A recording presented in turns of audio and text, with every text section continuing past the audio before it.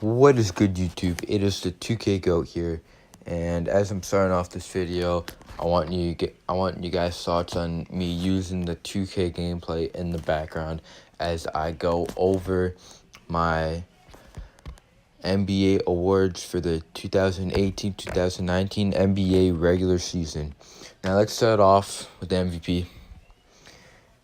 So my two candidates for MVP are Giannis and James Harden, which is probably everybody's top two.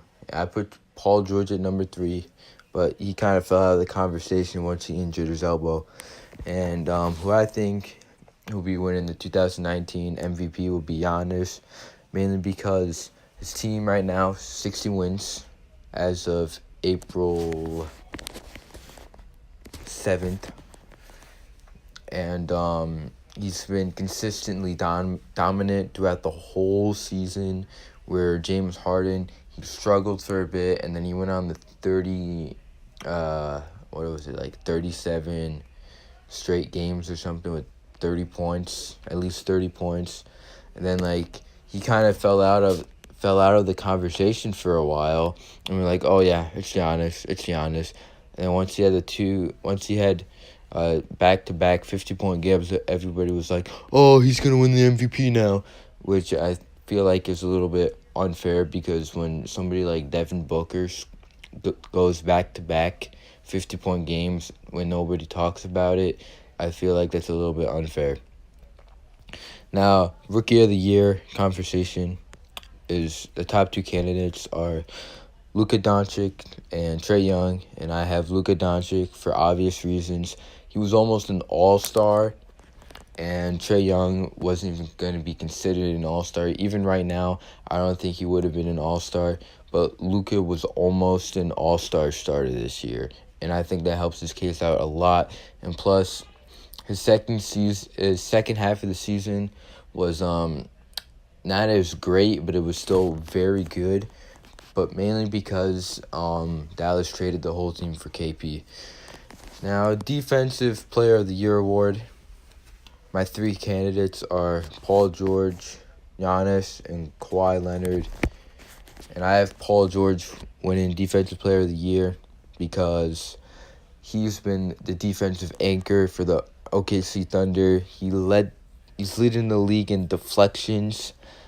He's always guarding the other team's best player, and he also has to give you 28 a night on good shooting splits for your team to win. Now, for most improved player, my 3 candidates are D'Angelo Russell, Pascal Siakam, and Buddy Hield. All 3 of them made massive jumps this season, especially from D'Lo and Pascal. Pascal was averaging something like 7 points per game last year, and he bumped that up, almost an all-star caliber player. And D'Angelo Russell was actually an all-star this year. And I think from going to not an all-star, where he wasn't even the best player on his team at one point during the season, to becoming an all-star, and now he just led his team to a playoff spot, really helped out his case a lot, which is why I picked D'Angelo Russell winning Most Improved Player this year. Now we're going to go to Sixth Man of the Year award, and my 3 candidates are Lou Williams, Spencer Dinwiddie, and Derrick Rose. All 3 of them good choices. Derrick Rose for obvious reasons, and same thing with Spencer Dinwiddie. But we all know that Lou Williams is going to win it for his 3rd or 4th time, because he always wins this award, okay? And he's leading the Clippers to the 6-7 seed right now. I think they are the 6th seed, and they're playing the Rockets in the first round. And he's basically led a team to the playoffs without an all-star, which is pretty impressive. Now, Coach of the Year, my 2 candidates are Mike Budenholzer and Mike Malone. And if I were to throw in another one, it would have been Nick Nurse to help. And Mike Budenholzer kind of took the Bucks, who were like a 7 seed last year, 43 games won. And then they took them to 60-win team. And Mike Malone took the Nuggets, who didn't even make the playoffs last year, to the second best record in the Western Conference. But I do have Mike Budenholzer winning Coach of the Year, because even when Giannis doesn't play, the Bucks are still dominant, and he only needs to play Giannis like 27 minutes for them to win games. Now we're going on to first team All-NBA. Point guard is Stephen Curry. Shooting guard James Harden, mainly because he's in the MVP conversation. He's averaging like 36 points a game. Stephen Curry for obvious reasons as well. Kevin Durant is my starting small forward, mainly because he's Kevin Durant and LeBron hasn't been LeBron this season. He's been injured. I don't even know if he qualifies for this, but I'm pretty sure he's played at least 58 games.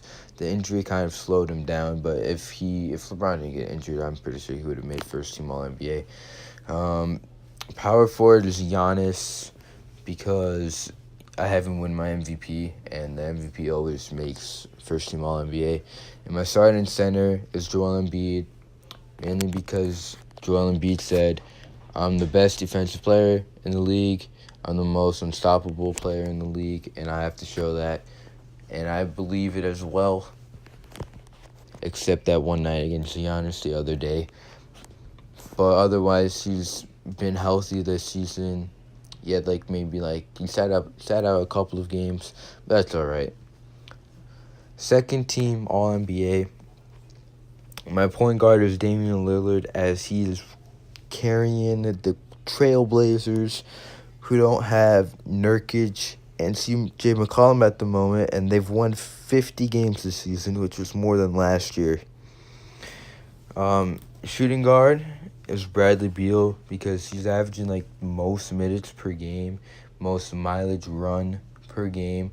Right now he's the heart and soul of the Washington Wizards, and the Wizards should honestly trade him if they can, because it's not going to work between him and the wall. Starting small forward for second team All-NBAs, LeBron James. LeBron James still put up 27, 8, and 8. He's still the best player in the game. He just wasn't the best player this season because of the injury and all that. Starting power forward, or another forward, is Paul George. For obvious reasons, MVP candidate,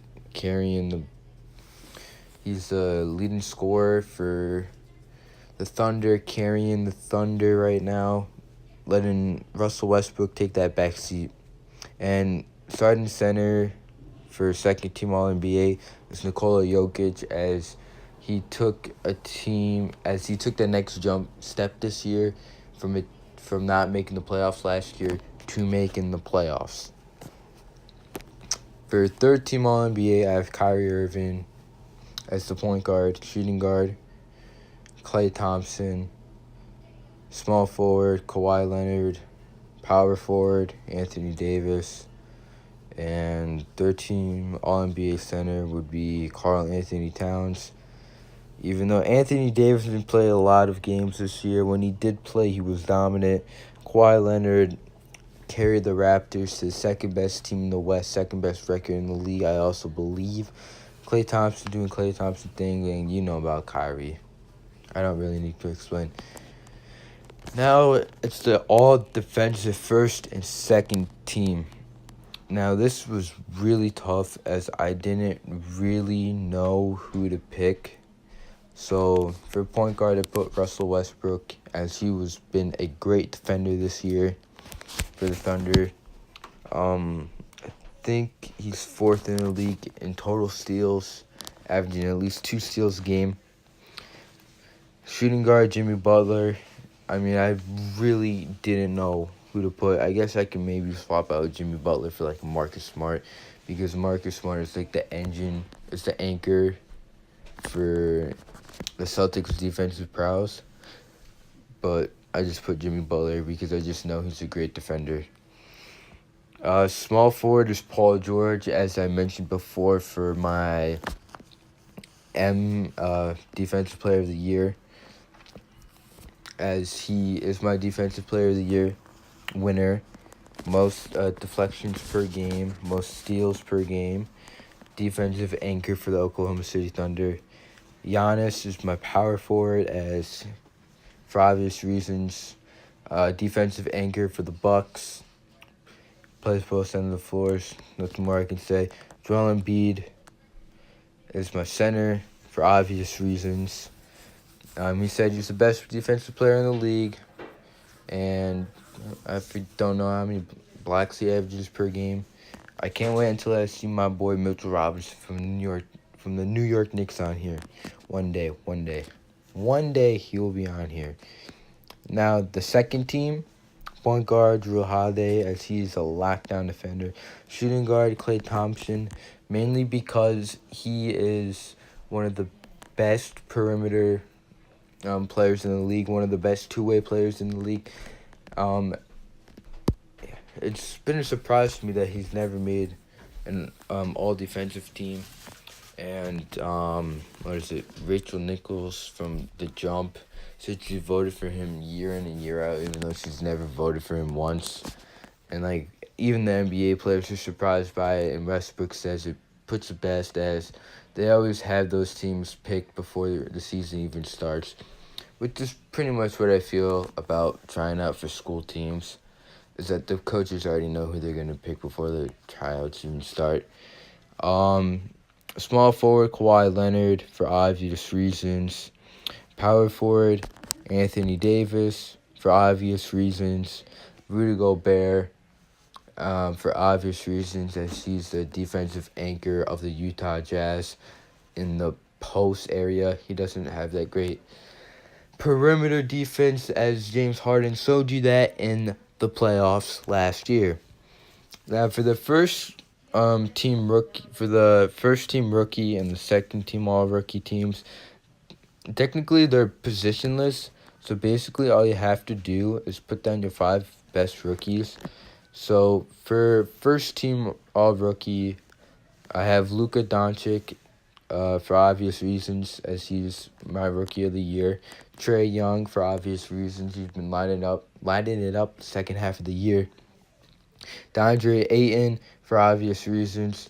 The Suns got to get him more post moves, back to the basket moves, as that's where he's best at, but they don't utilize him that way, which is why the Suns won't win more than 35 games with Devin Booker.